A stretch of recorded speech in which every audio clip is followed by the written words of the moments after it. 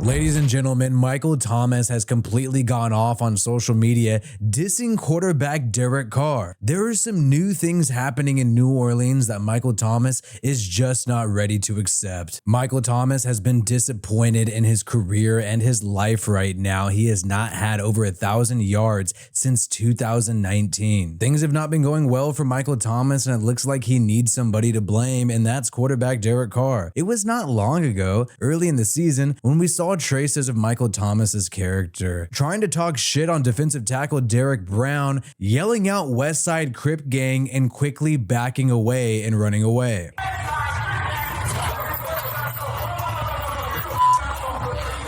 And that's what's so funny. If you're going to talk trash on someone and try to yell at them and shout out gangs, you don't really look like too big of a tough guy as you continually walk away from the guy you're talking shit on. But unfortunately, that's who Michael Thomas is. There are only a few times when Michael Thomas acts bold, either on Twitter or against construction workers. This is what he did this past season, threw a brick at a construction worker's car just because they were parked in front of his house. Fourth time after you threaten me, no, people are gonna have to know like what kind of person you are, because that's wrong. You don't go around doing, I don't care who you are. So we've seen him act unprofessionally after football games and also off the field at home when interacting with construction workers. It's no wonder that he's also acting unprofessionally on Twitter this entire season, ranting about his quarterback Derek Carr. We saw this in the middle of the season. He posted this on Instagram. We know the truth. Some do, some don't. And it seems like he thinks he's just always open, and if he had a quarterback like Drew Brees, he'd be the same Michael Thomas since 2019. It's the job of the quarterback, right? Find the open guy, throw it to him. Michael Thomas is starting to show Antonio Brown-like characteristics. The only difference is Antonio Brown was actually very talented as he was departing from the league. Michael Thomas is going downhill at age 30 right now. Most Saints fans know that Derek Carr was yelling at Chris Olave when he felt like he gave up on a route. And it wasn't just this one route that really upset Derek Carr. It felt like this was a culmination of problems that were happening throughout the entire season. Some things, and I'm not going to tell you, but there were some things that happened today that led to some pretty big negative plays that should never happen.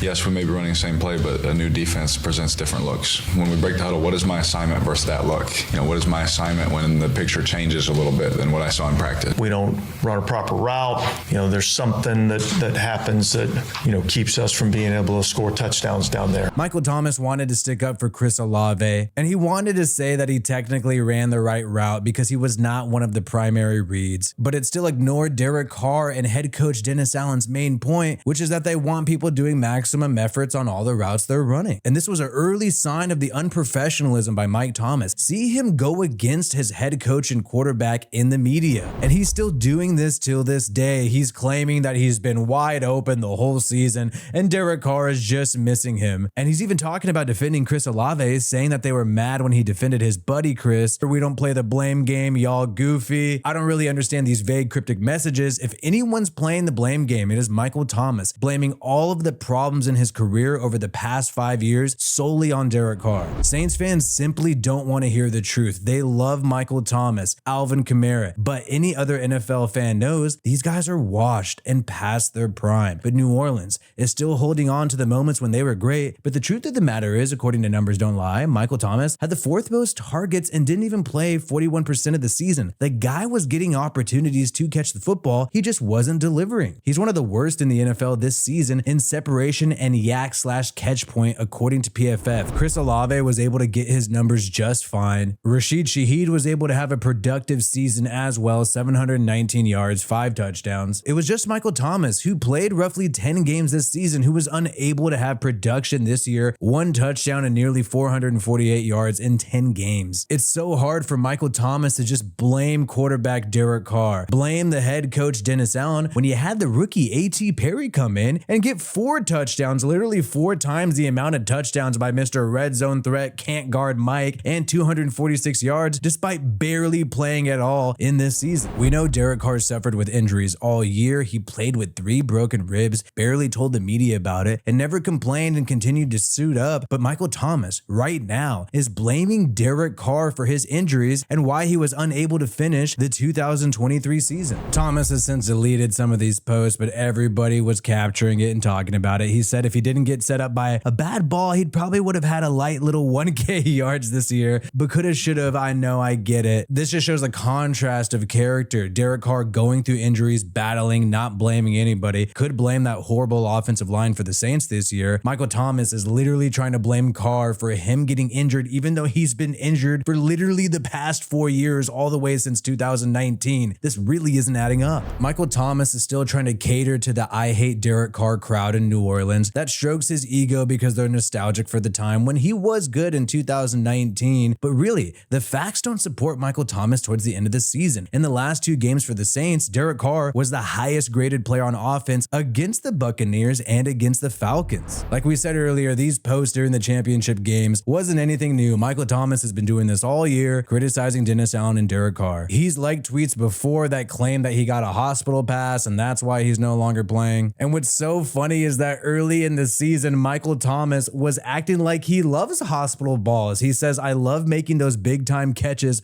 over the middle. That's why I tell Derek, I'm a big body. Let me take some hits. So he really is contradicting himself. It makes you wonder, how well would the Saints have done this past year if they didn't have cancers in the locker room like Michael Thomas, like Jameis Winston, like Alvin Kamara? One thing that I think these people can't accept, especially Michael Thomas, is that the regime backs the quarterback. You had Dennis Allen defend Derek Carr against the boos during this season. I don't know if I'm getting questions about the quarterback this week, but I thought the quarterback played really well. We'll make sure we get that on record. I just think it's unfair, my personal opinion. When you play that position, you're going to get your fair share of criticism. And, when somebody plays really good, I think we need to make sure we recognize that he played well. You also had general manager Mickey Loomis also recently defend the quarterback and say that it's kind of lazy for fans to just blame the QB. It's been a long time since we've heard like a prominent player booed at home in the Superdome. Do you think what Derek went through was a little too much from the fans?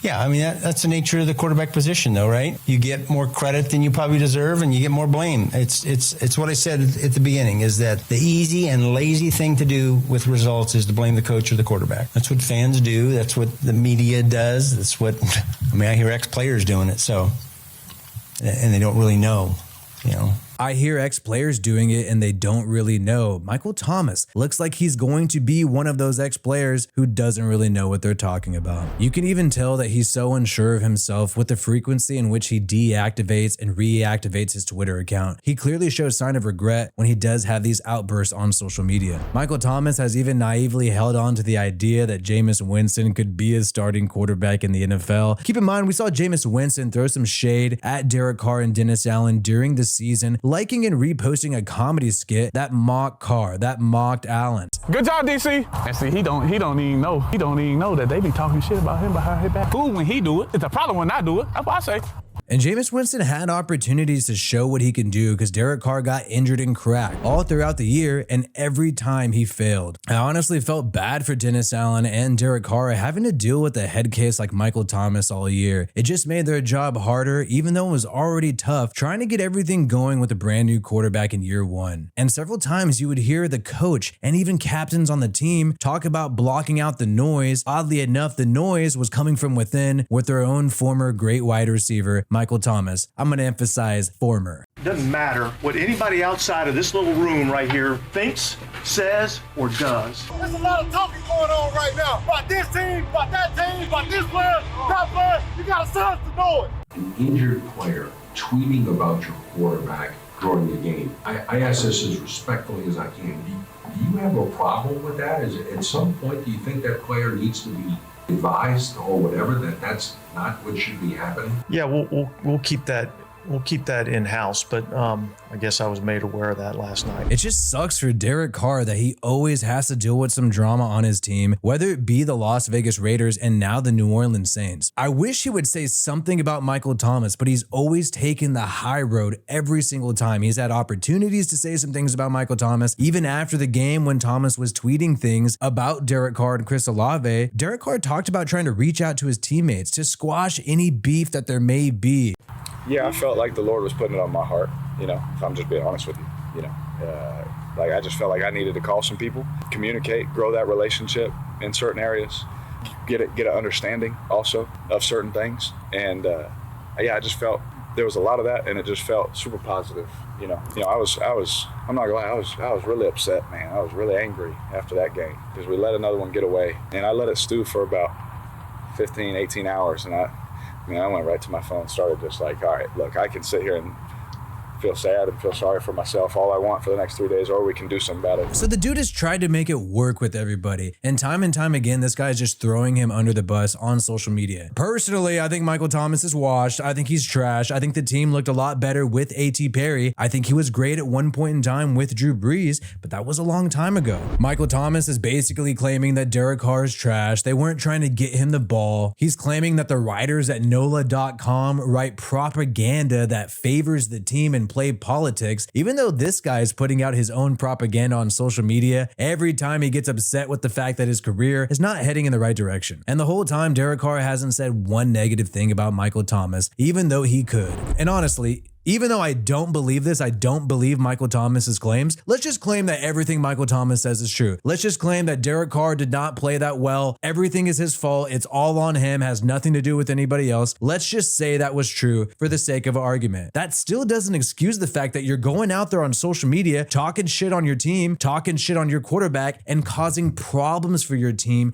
during the season. And now you're doing it right before the offseason. I don't believe Derek Carr was the problem at all, and I think the final few games of the season prove that. But even if he was, this does not excuse Michael Thomas's shitty behavior. At this point, I think Michael Thomas is done in the NFL, and what's so sad is it seems like he doesn't even realize it, and he seems very delusional about his job prospects. If you scour his social media, you'll see that he thinks he's going to join the Kansas City Chiefs. He's pumping up Mahomes on Twitter. He thinks they're going to sign him. He thinks a team that is the AFC champions and is going to the Super Bowl is going to sit there next offseason and be like, you know what? I know we just went to the Super Bowl, but you know what we need to add to this team that's already doing quite well? We need to add a wide receiver who's washed, hasn't done anything in 4 to 5 years, and complains and bitches on social media when he doesn't get his way. That's exactly what we need to add to this Super Bowl team. I mean, they're not gonna do it. I don't even think this guy could be a wide receiver on the Carolina Panthers. I still believe it's quite possible that the Saints land Jon Gruden as offensive coordinator this offseason. They haven't hired anybody yet. Everybody who they end up interviewing ends up signing somewhere else or staying where they're at. I think Jon Gruden to the Saints makes the most sense.